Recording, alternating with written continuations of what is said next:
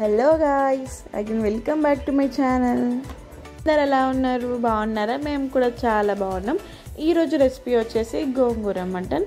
First మనం మటన్ని ఫ్రెష్గా తీసుకొని దాన్ని నీట్గా వాష్ చేసుకొని పక్కన పెట్టేసుకోవాలి.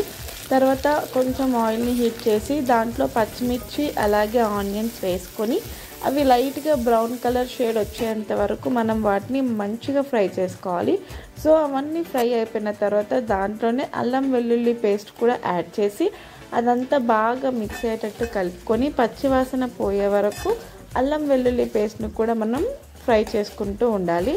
తర్వాత దీంట్లోనే మనం మటన్ పీసెస్ని యాడ్ చేసుకొని ఒకసారి కలిపేసుకొని మూత పెట్టేసుకొని మనం లో ఫ్లేమ్లో మటన్ని బాగా కుక్ చేసుకోవాలి.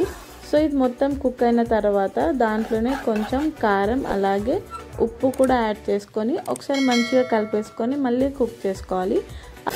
సో ఇప్పుడు మనకైతే మటన్ మంచిగా కుక్ అయిపోయింది కదా, దీంట్లోనే మనం గోంగూర కూడా యాడ్ చేసుకొని ఒకసారి బాగా కలిపేసుకొని మనం మూత పెట్టేసుకోవాలి. గోంగూర కూడా మెత్తగా ఉడికిపోతుంది. తర్వాత దాంట్లోనే కొంచెం వాటర్ యాడ్ చేసుకోవాలి. వాటర్ అనేది ఎక్కువగా యాడ్ చేసుకోకూడదు, అంటే మరి పులుసుగా ఉన్నా సరే బాగోదు. కొంచెం దగ్గరగా కుక్ చేసుకోవాలి.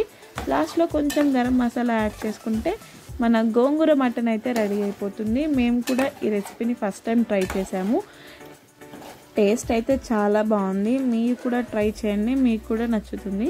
So hope you guys like my video. Please do like, share, comment and subscribe to my channel. Bye guys.